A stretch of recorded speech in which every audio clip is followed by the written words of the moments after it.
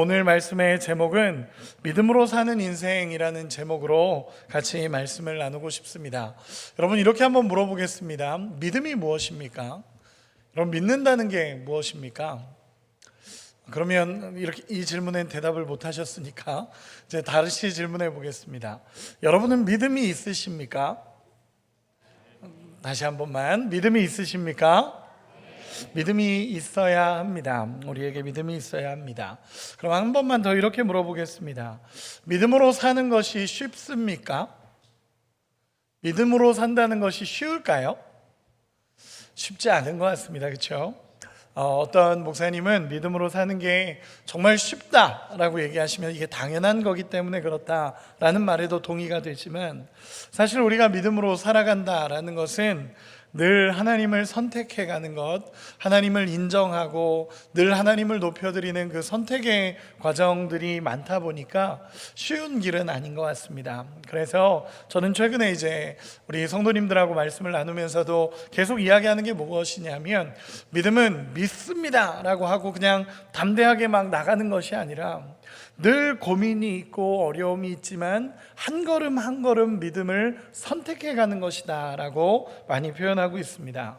제가 예전에 어떤 글을 하나 읽었었는데, 그 기사, 신문 스크랩된 기사였습니다. 그 기사가 뭐였냐면, 그 어떤 부산이 배경이었는데, 부산의 한 교회에 목사님이 부임을 하시게 됐습니다. 젊은 목사님이 부임을 하시게 돼서 그 목사님이 부임을 해서 사역을 하는데, 옆에 나이트 클럽이 있는 겁니다. 클럽이 교회 바로 옆 건물에 클럽이 있었습니다. 그래서 그 기사 내용을 보면 그런 겁니다. 이 목사님이 너무 시끄러운 거죠. 예배를 이쪽은 철야 예배하고 있는데 이쪽은 막 음악이 나오고 있고 이러니까 너무 어려우니까 이 목사님이 성도들 다 있는 자리에서 그냥 장난처럼 아유, 저 클럽 다 불타 없어졌으면 좋겠습니다, 이렇게 선포한 겁니다. 선포를 한 걸 성도들이 다 들었습니다. 성도들이 다 들었는데 며칠 있다가 실제로 그 클럽에서 불이 나버린 겁니다.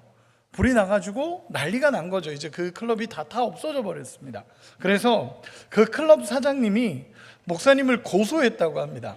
목사님을 고소했다는 겁니다. 그래서 이게 어떻게 된 거냐 그러고 이제 가서 봤는데, 그 기사 내용이 뭐였냐면, 이 클럽 사장이 목사님이 기도해서 이렇게 됐다, 그렇게 기도해서 이렇게 불이 나버린 거다라고 해서 고소를 했고, 목사님은 그렇게 될 줄 알았냐라고 얘기했다고. 여러분, 누가 믿음이 있는 겁니까? 저는 이 기사를 보면서 대체 누가 믿음이 있는 거지? 라는 생각을 했습니다. 그럼 믿는다는 게 뭘까요? 믿는다는 게 뭘까요? 우리 하나님이 살아계시고 그분이 다 이루어 가시고 우리가 하나님을 찾고 구할 때마다 우리 안에 역사하시는 그 하나님을 신뢰하고 믿음으로 따라가는 것임을 믿습니다. 오늘 히브리서 말씀인데요, 오늘 히브리서 말씀을 보면 히브리서의 사실은 배경은 굉장히 힘든 시간을 겪고 있는 그리스도인들에게 주시는 하나님의 메시지입니다. 우리가 잘 아는 배경처럼 제가 간단하게만 배경 설명을 조금 하도록 하겠습니다. 예전에도 한번 나눴던 배경인데, 저는 그 TV 프로그램 중에 벌거벗은 세계사라는 그 프로그램이 있습니다. 옛날에도 했었고 지금은 하는지 잘 모르겠는데, 그 벌거벗은 세계사라는 이 프로그램 중에 역사를 계속 다룹니다. 그래서 거기 그 전문가들이 나와서 역사를 다루다 보니까 굉장히 정확한 정보들, 그리고 전문적인 정보들을 많이 얻게 돼서 사실 저는 그 프로그램을 유튜브로도 그렇고 자주 보게 됩니다. 근데 보다 보니까 그 가운데 네로바케, 그 나중에 한번 찾아보시면 좋을 것 같은데, 네로바케에 관련된 그 벌거벗은 세계사의 프로그램이 있었습니다. 그 채널에서 그 프로그램을 다뤘던 것, 그 역사를 다룬 겁니다. 네로 박해 과정에. 저는 그걸 보면서 굉장히 많은 생각을 했습니다. 실제로 그 프로그램에서 그 박해받았던 그리스도인에 대한 묘사들이 계속적으로 나왔습니다. 제가 간단하게만 설명하면 이렇습니다. AD 64년 7월 18일에서 19일로 넘어가는 새벽입니다. AD 64년 7월 18일에서 19일로 넘어가는 그 새벽에 로마의 서북부에 불이 나기 시작합니다. 하나의 불이 나기 시작했습니다. 그래서 서북부에서 불이 나기 시작하는데 이 불이 낮에 일어났으면 불길을 잡았겠죠. 왜냐하면 로마라는 이 나라는요 굉장히 탁월한 민족들이었습니다. 그래서 이미 그 당시에 소방시설을 갖췄다라고 얘기할 정도로 그 나라는 굉장히 중요하게 이런 부분들을 다뤘었습니다. 그런데 이 새벽에 불이 나다 보니까 이걸 잡을 수가 없는 겁니다. 그리고 그 당시 로마의 건축물들은 목재였고 그리고 따닥따닥 붙어있는 구조였습니다. 그러다 보니까 이 네로 황제, 그 당시 왕이었던 네로 황제는 이 로마의 도시에 대해서 굉장한 불만들을 갖고 있었습니다. 그런데 어쨌든 7월 18일에서 19일로 넘어가는 그 새벽에 로마 서북부에서 불이 난 겁니다. 여러분, 이 불은요 우리가 역사적으로 알다시피 엄청난 대화재가 일어나게 됩니다. 한 기름 창고에서 화재가 시작이 됐는데 이 화재는 로마 전역을 태워갈 정도로 어마어마한 화재가 됩니다. 여러분, 기록에 보면요 로마는 14개의 도시로 구성이 되어 있습니다. 14개의 도시 중에 3구역은 전소했습니다. 전소했다는 것은요 로마 전체의 14구역 중에 3개는 아예 도시가 사라졌습니다. 그리고 6개에서 7개 정도의 구역은 반 이상이 소실됐다라고 얘기합니다. 여러분, 엄청난 화재죠. 이 화재가 기록을 보니까 6박 7일 정도 불이 났었고 마지막에는 돌풍이 불면서 열흘까지도 불이 꺼지지 않았다라고 합니다. 여러분, 엄청나죠. 우리가 최근 들어서 일어나는 화재나 이런 걸 보면요, 산에 일어나는 화재나 이런 걸 보면 끄기가 너무 어렵지 않습니까? 너무 어렵고 많은 부분이 소실이 됩니다. 여러분, 로마가 그랬습니다. 로마가 14구역 중에 3개의 구역은 아예 전소됐고 사라졌습니다. 나라가 사라졌고 6개에서 7개 정도는 정말 반 이상이 소실될 정도로 엄청난 화재가 일어나기 시작했습니다. 여러분, 그들이 가지게 될 상실감이 이해가 되십니까? 하루아침에 모든 게 타버린 거고 그 중에 죽은 사람도 너무너무 많았을 거고 사상자도 너무너무 많았을 겁니다. 그리고 살아났다고 해도 이 모든 내 환경이 없어진 상황이 벌어진 겁니다. 그리고 나서 이 상실감이 그 로마에는 가득했습니다. 그러다가 이 상실감이 분노로 바뀌기 시작합니다. 로마 시민들이 분노로 바뀌기 시작합니다. 대체 누가 불을 냈느냐 이겁니다. 대체 누가 불을 냈느냐, 불을 누가 냈기에 이렇게까지 소실이 됐냐라고 하면서 찾기 시작했는데 처음 지목됐던 민족은 유대 민족이었습니다. 그 로마인들 사이에 살고 있던 유대인들이었습니다. 그래서 유대인들이 왜 그렇게까지 지목이 됐냐면 14개 도시 중에 10개 도시가 소실됐는데 그 중에 소실되지 않은 4개 도시에 유대인들이 살고 있었습니다. 그러다 보니까 유대인이 첫 번째로 지목이 됐습니다. 이 지목이 돼서 유대인들이 이 불을 냈다라고 얘기했었는데 황제의 부인이었던 포비아가 막아줍니다. 황제의 부인이었던 포비아가 그것을 막아주고 이 포비아가 유대인이었기 때문에 이 유대인이 불을 내지 않았다라고 막아주기 시작합니다. 그리고 나서 그 다음으로 지목된 게 누구냐면 네로 황제였습니다. 네로 황제가 불을 냈다는 것입니다. 왜냐하면 앞에서 이야기한 것처럼 네로 황제는 이 도시를 마음에 들어 하지 않았습니다. 한번 다 엎어서 다시 만들어야 된다, 황제의 위엄을 나타내는 도시로 다시 만들어야 된다라는 얘기를 공공연하게 했다라고 이야기를 합니다. 그러다 보니까 사람들의 모든 시선이 네로에게로 갑니다. 그리고 네로가 이 불을 냈다 그러면서 모든 사람들이 몰려가면서 네로를 죽이기 위해서 로마 시민들이 몰려가기 시작합니다. 여러분, 네로가 불을 냈을까요? 우리가 한번 물어봅시다. 네로가 불을 냈을까요? 아닙니다. 네로는 그 당시에 그 로마에 있지 않았다라고 역사학자들이 기록을 합니다. 그 어머니의 고향에 있었고 네로는 그 불이 난 시점에 그 로마에 없었다라고 이야기합니다. 그런데 사람들이 그걸 믿어줄 리가 없죠. 그러면서 이 네로 황제를 죽이기 위해 이 로마 사람들이 쳐들어가기 시작하다 보니까 이 네로 황제가 그러면 이 상태면 자신이 죽을 것 같으니까 이 모습을, 이 불을 낸 사람들을 넘기기 시작합니다. 이 불을 낸 사람이 다른 사람이다 라고 넘기기 시작한 것인데, 그게 뭐였냐면 뒤집어 씌운 건데, 그 뒤집어 씌운 사람이 그리스도인들이었습니다. 그리스도인들에게 뒤집어 씌운 겁니다. 그리스도인들이 불을 냈다라고 이야기를 했습니다.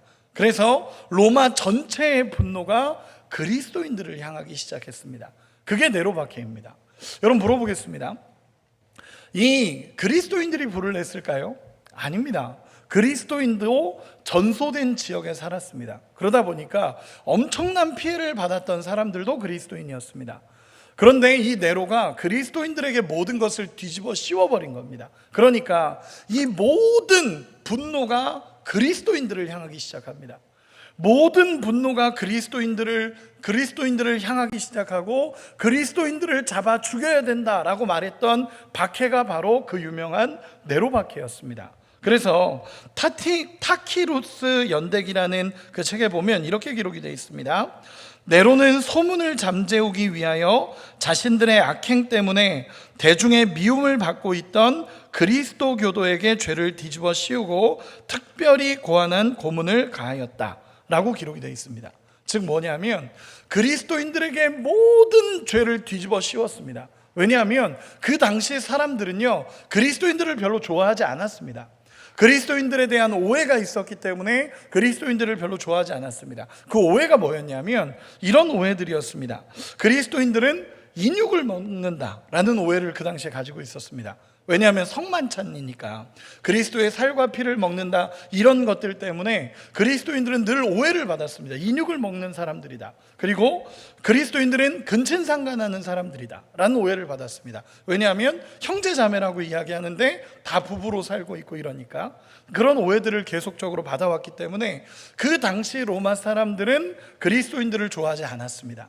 그러다 보니까 이 네로가 그리스도인들을 뒤집어 씌우면서 이 그리스도인들이 이 불을 냈다라고 얘기했을 때 사실 그들도 알고 있었을 겁니다. 그리스도인도 같이 죽었으니까요. 그 화재에서 제일 피해를 본 사람들 중에 하나도 그리스도인들이었으니까요. 그래서 그 사람들도 알고 있었을 텐데 어딘가에는 분노를 쏟아내야 되니까 그 네로 황제의 말을 믿고 그리스도인들을 잡아 죽이기 시작합니다. 이것이 엄청난 박해로 이어졌고 끔찍한 네로 박해가 이루어지기 시작합니다. 그 사람들이 가지고 있었던 상실감과 분노가 그리스도인들에게 완전히 꽂혀지기 시작합니다. 그러면서 그리스도인들을 박해하는 박해가 일어납니다. 여러분 물어보겠습니다. 이렇게 물어보겠습니다. 여러분, 네로 박해는 피할 수 있는 박해였습니까? 피할 수 없는 박해였습니까? 피할 수 있었습니다. 왜냐하면 나 그리스도인 아니라고 하면 됩니다. 나 예수 안 믿어, 나 예수 믿지 않아, 나 그리스도인 아니야 라고 하면 충분히 피할 수 있는 박해였습니다. 그런데 그럼에도 불구하고 그리스도인으로 남는 믿음의 사람들이 있었고, 그리고 나는 이 어려움에서 하나님을 모르고 예수님을 모른다라고 하면서 부정하고 배반한 사람도 너무너무 많았습니다. 그래서 이 네로 박해는요, 진짜 그리스도인과 진짜 그리스도인이 아닌 사람들이 구별되기도 한 박해가 이 네로 박해였습니다. 그래서 수많은 박해가 쏟아지고 있는 이 상황에서 히브리서가 박해받고 있는 그리스도인들에게 쓰여진 책입니다. 여러분, 이 배경을 이해하셔야 됩니다. 그래서 히브리서를 읽으면 사실 정말 눈물 나는 책입니다. 왜냐하면 히브리서를 보면 그 박해받는 현장에서 어떻게 믿음을 지켜야 되는지, 어떻게 믿음으로 살아가야 되는지를 히브리서에서 계속 이야기를 하고 있습니다. 그래서 히브리서를 보다 보면요, 정말 그 당시 박해받고 있었던 그 모습들이 그대로 드러나고, 오늘 우리 장로님께서 기도해 주시면서 그 히브리서 12장 1절 2절의 말씀을 그 기도로 인용해 주셨는데, 예수님을 바라보는 것 외에는 소망이 없었던 시대가 그 시대입니다. 근데 그 시대를 향해서 히브리서가 쓰여진 겁니다. 그리고 오늘 본문을 간단하게만 이야기할 텐데, 이 본문은 이 히브리서가 쓰여진 그 핍박의 한가운데 있었던 그 고난을 받는 그리스도인들에게 이 1500년 이전에 있었던 모세가 가졌던 믿음을 소개하고 있는 겁니다. 그 현장에서 정말 괴로움과 어려움과 아픔 속에서 믿음 생활을 하고 있는 그 그리스도인들을 향해 1500년 전에 있었던 모세를 끌어와서 모세가 이런 믿음을 갖고 있었으니까 우리도 이런 믿음을 가져야 된다라고 말하는 것이 오늘의 본문입니다. 그렇기 때문에 오늘 본문은 그냥 단순히 모세의 믿음이 이랬다 이게 아니라 모세의 믿음을 보면서 지금 이 시대를, 그 시대를 살아가고 있는 그리스도인들은 어떤 믿음을 가져야 되느냐를 오늘 본문에서는 잠시 소개하도록 하겠습니다. 간단하게 말씀을 나누겠습니다. 제가 맨날 간단하게 한다 그래 놓고 항상 길어지고 하는데 제가 말씀을 준비하다 보니까 막 꽉꽉 눌러 담는 느낌입니다. 뭔가 내용을 꽉꽉 눌러 담는 느낌인데 오늘은 조금만 짧게 최대한 해보도록 하겠습니다. 왜냐하면 이 내용이 엄청 길어질 수 있는 내용이라 간단하게만 말씀을 나누겠습니다. 저는 이 본문을 가지고 세 가지의 믿음을 제시하고 싶습니다. 오늘 히브리서 기자가 제시한 믿음입니다. 그 믿음을 세 가지로 같이 이야기를 나눠보고 싶습니다. 첫 번째 믿음은 무엇이냐면 24절입니다. 우리 24절 같이 한번 읽어보도록 하겠습니다. 시작. 믿음으로 모세는 장성하여 바로의 공주의 아들이라. 아멘. 이 모세의 믿음을 소개하며 이제 핍박받고 있는 그리스도인들에게 이야기하는데 첫 번째 믿음의 영역은 무엇이냐면 애굽에서 준 정체성을 거절하는 믿음입니다. 다시 애굽에서 준 정체성을 거절하는 믿음입니다. 첫 번째 믿음은 이 본문에 이렇게 기록을 합니다. 믿음으로 모세는 장성하여 바로의 공주의 아들이라 칭함받기를 거절하고 라고 표현을 합니다. 믿음으로 거절했다라는 것입니다. 우리가 생각하기에 모세가 쫓겨나서 광야 생활을 했다라고 생각하지만 사실 그 이전에 모세는 어떤 선택을 했냐면 자기의 민족이 고통받는 것을 보면서 그 민족을 대표해서 서기로 모세는 결정했습니다. 그 과정이 무엇이었냐면 그 과정이 애굽에서 준 정체성을 거절하고 믿음으로 하나님의 민족 앞에 서기로 결단했다라는 그 믿음을 이야기하는 것입니다. 여러분, 모세의 인생을 볼 때 이렇게 구별을 하죠. D.L. 무디 목사님은 모세의 인생을 세 가지로 구별을 합니다. 첫째는 뭐냐면 I'm somebody라고 해서 1세부터 40세까지의 이 모세를 이야기합니다. 이때는 왕자로 자라났던 모습입니다. 애굽의 공주의 아들로서 자라나면서 나는 모든 것을 할 수 있다라고 고백했던 시기가 1세에서 40세까지의 시기입니다. 그리고 나서 41세에서 80세까지를 모세는 광야에서 살았습니다. 무디 목사님은 뭐라고 하냐면 이 기간을 I'm nobody라고 이야기합니다. 즉 쉽게 얘기해서 아무것도 남지 않는 기간입니다. 내가 가지고 있었던 힘과 능력이 다 사라지고 오직 아무것도 남지 않는 그 기간을 이야기합니다. 그리고 81세부터 120세까지의 인생을 I'm God's body라고 해서 나는 하나님의 사람으로 살아갑니다 라고 결정한 모세의 인생을 이야기합니다.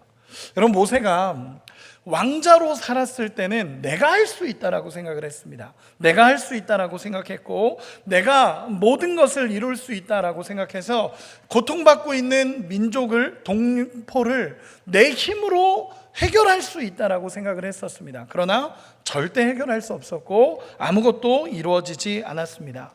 그런데 성경은 그것을 향해서 뭐라고 기록을 하냐면 바로의 공주의 아들이라 칭함받기를 거절했다라는 표현을 씁니다. 이 표현은 뭐냐면 믿음으로 애굽의 정체성을 가진 자가 아니라 나는 하나님의 백성으로 살겠다라는 결단이 있었다라는 것을 이야기하는 것입니다. 여러분, 모세가 왕자였을 때는 사람들에게는 위대한 존재였는지 몰라도 하나님 앞에서는 쓰임받을 수 있는 존재가 아니었습니다. 그 스스로가 이스라엘 백성들을 구원하겠다라고 얘기했지만 하나님 앞에서 쓰임받은 건 아니었습니다. 결국 그가 도우려고 했지만 도와지지도 않았고 결국 나는 모든 것을 할 수 있다라고 생각했던 그때는 아무것도 할 수 없는 존재였다라는 것입니다. 하나님이 모세를 쓴 시간이 언제죠? 80세입니다. 그렇죠? 그때 이 40년이라는 시간 동안 하나님은 모세의 힘을 빼십니다. 모세의 힘을 다 빼십니다. 내가 할 수 있다라고 생각했던 그 시간을 다 빼시고 내가 아무것도 할 수 없는 존재라는 것을 다 느끼고 나서야 80세가 돼서 하나님이 모세를 사용하기 시작합니다. 성경에서 이렇게 얘기하는 것입니다. 모세는 바로의 공주의 아들로서 칭함받기를 거절하고 하나님의 사람으로 살기로 결정했다라는 것입니다. 이 표현은요, 모세가 왕자로서 공주의 아들로서 그냥 떵떵거리면서 살 수도 있었는데 그 민족을 대표하기로 결정하고 자신이 직접 행동했다라는 것을 의미합니다. 여러분, 이 모세의 믿음을 보면서 그 시대에 어려움을 겪고 있는 이들에게 이렇게 이야기하는 것입니다. 세상이 주는 정체성 말고 세상이 말하는 정체성을 거절하고 우리 하나님의 백성으로 사는 것이 믿음이다라고 이야기하는 것입니다. 여러분, 그 고통받는 사람들, 그 핍박받고 어려움 한가운데 있었던 그런 사람들에게 동일하게 이야기하는 것입니다. 세상이 말하는 정체성을 거절하고 우리 진짜 모세가 그랬던 것처럼 하나님의 백성으로 살자라고 결단하는 것입니다. 하나님의 백성으로 살기로 믿음으로 결정하자라고 외치는 것이 첫 번째 믿음의 모습입니다. 여러분, 저는 우리에게 이렇게 이야기하고 싶습니다. 세상이 말하는, 세상이 보는 내가 아니라 하나님이 보는 나로 정체성을 세울 수 있는 은혜가 있기를 소망합니다. 세상이 아무리 좋다라고 말하는 것도 하나님이 아니라고 하면 아닌 것이 되어야 그것이 믿음의 사람의 길입니다. 세상이 말하는 정체성이 아니라 하나님이 보는 정체성을 세울 수 있는 우리가 되기를 소망합니다. 여러분, 하나님이 보는 정체성이 무엇입니까? 성도라고 생각합니다. 성도입니다. 성도. 우리 옆 사람에게 이렇게 한 번만 축복합시다. 당신은 성도입니다. 여러분, 이게 우리의 정체성입니다. 세상이 말하는 다른 어떤 것보다 가장 우리 안에 새겨져야 될 정체성 하나는 나는 하나님의 백성 성도입니다. 그 정체성이 우선이 되어야 된다라고 성경은 이야기하고 있는 것입니다. 그리고 두 번째 정체성은 무엇이냐면 우리 25절 같이 한번 읽어보겠습니다. 25절입니다. 시작. 도리어 하나님의 백성과 함께 고난받기를 잠시 죄악의 낙을 누리는 것보다 더 좋아하고. 아멘. 두 번째 믿음은 죄의 즐거움을 거절하는 믿음입니다. 히브리서 기자는 모세를 향해서 이렇게 얘기합니다. 도리어 하나님의 백성과 함께 고난받기를 잠시 죄의 낙을 누리는 것보다 더 좋아하고 라고 표현합니다. 여러분, 모세는 믿음으로 죄악의 자리를 떠나고 하나님의 백성과 함께 고난받는 자리를 선택했다라고 성경은 기록합니다. 여러분, 그냥 모세가 이루어진 게 아니라 모세가 하나님의 백성을 선택함으로 말미암아 함께 그들과 고난받는 것이 죄의 즐거움을 누리는 것보다 더 좋은 것을 선택했다라는 표현입니다. 여러분, 우리가 잘 이해해야 되는 것이 무엇이냐면요, 죄의 즐거움을 거절하고 하나님 앞에서의 즐거움을 선택하는 믿음이 우리에게 있어야 된다는 것을 성경이 이야기하고 있는 것입니다. 그래서 히브리서가 쓰여지는 그 시대에 고난받고 있는 그리스도인들에게 무엇을 이야기하는 거냐면, 우리가 지금 고난받고 있는 이 현장이 죄의 즐거움을 누리는 것보다 더 좋은 거다라는 것을 이야기하며 이것을 선택하는 것이 믿음이다라고 성경은 이야기하고 있는 것입니다. 여러분, 죄에 대한 즐거움을 성경은 인정합니다.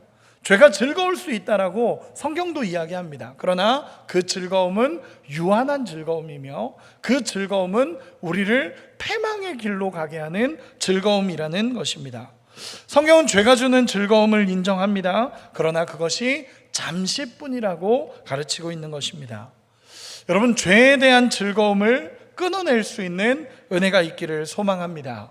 여러분, 믿음의 길을 걸어간다는 것은 무엇이냐면요, 의지적으로 죄를 짓는 그 모든 것을 끊어내고 하나님 앞에 서는 것이 믿음의 영역이라는 것을 오늘 본문에서 이야기하고 있는 것입니다. 세상에서 그리스도를 믿는 것을 포기하면 세상에서 누릴 수 있는 즐거움이 얼마나 많겠습니까? 우리도 그렇지 않으십니까? 우리가 예수님을 안 믿는다면, 예를 들어서 그리스도인이 아니고 예수님을 안 믿는다면 세상에서 즐겁게 살 수 있는 게 얼마나 많겠습니까? 그런데 우리가 그리스도인이 되기로 선택하고 우리 주님을 내 마음에 모셨기 때문에 죄에 대한 즐거움을 끊어내고 있으신 것 아니십니까? 동의하시죠? 저도 그렇게 생각합니다. 저도 예수 안 믿었으면 즐거운 일, 그 죄에 대한 즐거움으로 살았을 겁니다. 그러나 내 안에, 우리 안에 예수님이 살아계시기에 그 죄의 즐거움보다 그리스도인들과 함께 살아가는 그 고난이 더 믿음의 영역이고 하나님 앞에 즐거움이라는 것을 표현하고 있는 것입니다. 이렇게 표현합니다. 이스라엘 백성과 고난받는 것이, 함께 고난받는 것이 죄가 주는 즐거움보다 더 크다라고 이야기합니다. 여러분, 이 시대는요, 함께 고난을 받았습니다. 그리스도인들이 함께 고난을 받았고 함께 어려움을 겪고 있었습니다. 그 시간 동안 함께 고난을 받으면서 그 고난받는 사람들끼리 끝까지 우리 믿음으로 걸어가자 하면서 서로 격려하며 믿음의 길을 걸어갔던 시대입니다. 그래서 저는 이렇게 이야기하고 싶습니다. 여러분, 우리의 삶에 죄가 주는 즐거움이 끊어짐과 동시에 이 믿음의 길을 함께 걸어가는 거룩한 공동체가 형성이 되어야 합니다. 여러분, 이것은 굉장히 중요한 부분입니다. 어떤 부분이냐면 믿음으로 살아가는 사람들이 하나의 공동체를 이루면서 서로 무너지지 않도록 끌어주면서 함께 가는 공동체를 의미합니다. 그래서 함께 고난받는 공동체로 있는 이것이 죄로 주는 즐거움보다 더 크고 기뻐하고 즐거워할 수 있다는 것을 의미합니다. 여러분, 이렇게 표현해 보고 싶습니다. 여러분들 안에, 우리 안에 정말 거룩한 공동체가 세워지기를 기도합니다. 세상과 다른 어울리는 사람들이 달라지는 정말 거룩한 공동체를 세워갈 수 있는 우리가 되기를 소망합니다. 세상의 쾌락을 바라보는 자가 아니라 거룩한 공동체와 함께 믿음의 길을 걸어가는 우리가 되기를 소망합니다. 모세는 애굽에 있을 때는 함께 죄악이 주는 즐거움 속에서 빠져 살았습니다. 그러나 정말 세상적으로 보기에는 너무 연약하고 부족한 사람들이지만 하나님의 사람들과 살아갈 때는 그 죄악의 낙을 이겨낼 수 있는 믿음이 모세에게 있었다라는 것입니다. 여러분, 거룩한 공동체를 통해서 믿음으로 승리할 수 있는 우리 모두가 되시기를 소망합니다. 그리고 26절 마지막 세 번째 믿음입니다. 우리 같이 한번 읽겠습니다. 시작. 그리스도를 위하여 받는 수모를 애굽의 모든 보화보다 더 큰 재물로 여겼으니 이는 상 주심을 바라봄이라. 아멘. 이 믿음은, 마지막 믿음은 하나님이 주실 상을 바라보는 믿음입니다. 이것이 믿음의 완성입니다. 무엇이냐면 애굽의 보화를 거절하고 하나님이 주실 상을 바라보는 믿음이라는 것입니다. 그리스도를 위하여 받는 수모를 애굽의 모든 보화보다 가치 있는 것으로 여기는 믿음입니다. 여러분, 이 도시에는, 우리가 살아가고 있는 이 세상에는 돈이 최고라고 이야기하고 보화가 최고라고 얘기하고 보화가 신이라고 이야기하는 시대를 살아가고 있습니다. 제가 얼마 전에 어떤 통계를 하나를 봤는데, 어떤 통계를 보니까 아이들을 대상으로 조사한 건데, 미국에 있는 아이들이 돈 10억을 준다면 감옥에도 갔다 올 수 있다라는 퍼센테이지가 엄청나게 높았습니다. 그리고 또 하나, 1,000만 불을 주면 가족을 버릴 수 있다라는 통계가 나왔습니다. 여러분, 무서운 거 아닙니까? 여러분, 돈의 가치가 제일 높아지는 세대를 살아가고 있다는 것입니다. 그런데 이 히브리서 기자의 믿음은 무엇이냐면 세상의 모든 보화보다 하나님이 주실 상을 바라보는 믿음이 우리에게 있어야 된다라고 성경은 기록하고 있다는 것입니다. 여러분, 소유의 풍성함을 우리의 목적으로 살지 않는 우리가 되기를 소망합니다. 세상의 보화보다 하늘의 상을 바라보는 믿음이 있기를 소망합니다. 돈 벌어서 하나님 일할 거다, 정말 그게 하나님 뜻인지 돌아볼 수 있는 은혜가 있어야 합니다. 저는요, 이제 사역을 계속하다 보니까 이런 얘기도 참 많이 듣습니다. 지금은 벌어야 되고 돈 다 벌고 나면 하나님의 일 감당하겠습니다. 이런 분도 만나봤습니다. 근데 그게 진짜 하나님 뜻일까요? 돈을 다 버는 게 언제까지 벌면 다 버는 걸까요? 저는 잘 모르겠습니다. 여러분, 우리가 잘 기억해야 되는 것은 무엇이냐면 하나님의 일은 돈이 아니라 눈물과 기도와 헌신이라는 것을 우리가 기억해야 합니다. 세상의 모든 보화보다 하나님 나라의 상급을 바라보는 믿음을 가져야 된다라고 성경은 기록하고 있습니다. 그래서 이렇게 표현하고 싶습니다. 재물의 많음이 하나님의 복이라고 단정하지 않기를 소망합니다. 높아지는 것이 무조건 하나님의 일이라고 단정하지 않는 은혜가 있기를 소망합니다. 천국에서 큰 자가 되기 위해서 낮아져야 하고 모든 이의 종이 되어야 한다라는 말씀이 우리 안에 새겨지기를 소망합니다. 모세는 하나님 나라를 바라봤기 때문에 그 하나님 나라의 상급을 바라보았기 때문에 애굽의 모든 보화를 거절할 수 있는 믿음이 모세에게 있었다라는 것입니다. 여러분, 그런 믿음이 우리 안에 있기를 소망합니다. 여러분, 애굽의 보화가 무분별하게 이스라엘 공동체로 들어오기 시작하면 여러분, 금송아지가 나오는 겁니다. 애굽의 보화가 무분별하게 이스라엘로 들어오기 시작하면 그것이 신이 되어 금송아지가 만들어지는 것이 그 모습입니다. 여러분, 세상의 보화를 거절할 수 있는 믿음이 있기 원하고 하나님의 보화를 바라볼 수 있는 믿음이 우리 안에 있기를 소망합니다. 세 가지의 믿음을 정리했습니다. 간단하게만 정돈하겠습니다. 첫째는 세상이 주는 정체성이 아니라 하나님의 정체성을 세우는 믿음이 우리 안에 있어야 합니다. 여러분, 세상이 말하는 내가 아니라 하나님이 바라보는 내가 어떤 사람인지를 돌아볼 수 있는 믿음이 있기를 원합니다. 세상에 높아진다, 당신이 대단하다, 당신이 위대하다라고 말하는 말에 속지 마시고 하나님이 보시는 성도로서, 그리스도인으로서의 정체성을 아름답게 세워져가는 우리가 되기를 소망합니다. 예수님의 십자가 앞에서 우리의 정체성이 세워지기 원합니다. 여러분, 예수님의 십자가 앞에 섰을 때의 우리의 정체성은 뭘까요? 죄인이며 은혜를 경험한 자라는 정체성입니다. 예수님의 십자가 앞에서 누가 나의 의를 자랑할 수 있으며 다른 어떤 것을 자랑할 수 있겠습니까? 세상이 주는 정체성이 아니라 하나님이 보시는 정체성이 세워지는 은혜가 있기를 소망합니다. 우리 옆 사람에게 한 번만 더 이렇게 축복합시다. 당신은 그리스도인입니다. 이것이 최고의 정체성입니다. 두 번째는 무엇이냐면 죄의 즐거움을 거절하는 믿음이었습니다. 여러분, 이렇게 하나만 정리하겠습니다. 여러분, 죄의 권세가 큽니까? 십자가의 은혜가 큽니까? 다시 한번, 여러분, 죄의 권세가 큽니까? 십자가의 은혜가 큽니까? 그런 은혜가 있기를 소망합니다. 여러분, 죄에 지지 마시고 정말 십자가로 말미암아 죄를 벗어나는 기쁨을 누릴 수 있기를 소망합니다. 여러분, 은혜로 죄를 이길 수 있다는 믿음이 우리 안에 있기를 소망합니다. 예수 믿으면서 죄악의 권세를 넘어서 살아갈 수 있다는 것을 확신하시고 정말 예수 이름으로 죄의 권세를 끊어내는 역사가 우리 안에 있기를 소망합니다. 예수 믿는다고 하면서 맨날 죄에 넘어지고 무너지기만 하는 것이 아니라 우리도 끝까지 이겨나가며 치열하게 싸워서 죄의 권세를 끊어내고 하나님과 함께하는 기쁨을 누릴 수 있는 우리가 되기를 소망합니다. 그리고 마지막 세 번째 믿음은 앞에서 이야기한 것처럼 세상의 보화와 세상의 물질이 아니라 하나님이 주시는 보화와 물질을 바라볼 수 있는 은혜가 있기를 소망합니다. 그런 믿음이 우리 안에 새겨질 때 정말 믿음으로 이 땅을 살아가게 될 줄로 믿습니다. 말씀의 결론을 맺겠습니다. 여러분, 고난의 한복판을 살아가고 있는 그들에게 믿음으로 살아가야 된다는 것을 외친 것이 히브리서 말씀입니다.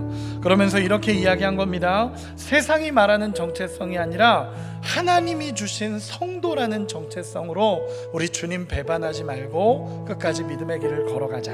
또 죄의 낙을 누리는 것보다, 나 예수 모른다고 하고 죄의 낙을 누리는 것보다 믿음의 공동체 안에서 우리 함께 고난받으며 이 믿음의 길을 끝까지 걸어가자라고 이야기하는 것이고, 세상의 보화는 우리에게 없지만 하나님의 보화가 우리 안에 세워져 있기에 그 하나님 나라의 보화 바라보면서 믿음의 길을 걸어가자라고 말하는 것이 히브리서 이 말씀입니다. 여러분, 우리에게도 동일합니다. 여러분, 예수를 바라보는 은혜가 있기를 소망합니다.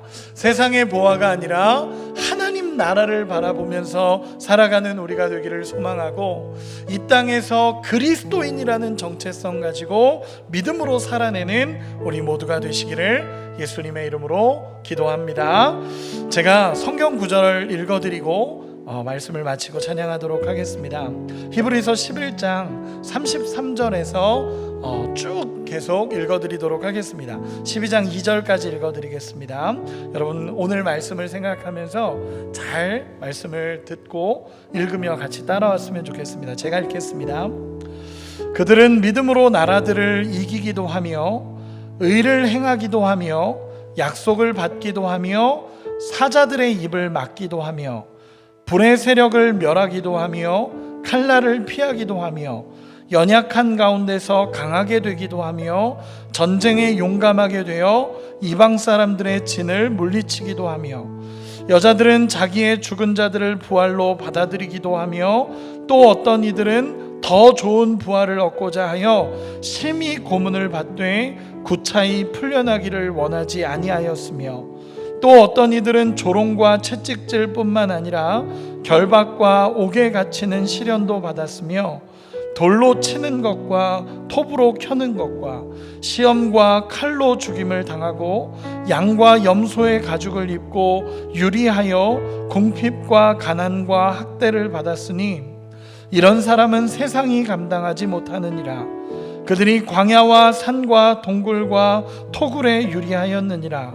이 사람들은 다 믿음으로 말미암아 증거를 받았으나 약속된 것을 받지 못하였으니 이는 하나님이 우리를 위하여 더 좋은 것을 예비하셨은즉 우리가 아니면 그들로 온전함을 이루지 못하게 하려 하심이라. 이러므로 우리에게 구름같이 둘러싼 허다한 증인들이 있으니 모든 무거운 것과 얽매이기 쉬운 죄를 벗어버리고 인내로서 우리 앞에 당한 경주를 하며 믿음의 주요 또 온전케 하시는 이인 예수를 바라보자. 그는 그 앞에 기쁨을 위하여 십자가를 참으사 부끄러움을 개의치 아니하시더니 하나님 보좌 우편에 앉으셨느니라. 아멘. 믿음의 결론입니다. 예수를 바라보자입니다. 여러분, 예수님을 바라보며 믿음의 길을 끝까지 걸어가시고 세상의 낙이 아닌 하나님의 영광을 바라보는 우리 모두가 되시기를 예수님의 이름으로 축원합니다.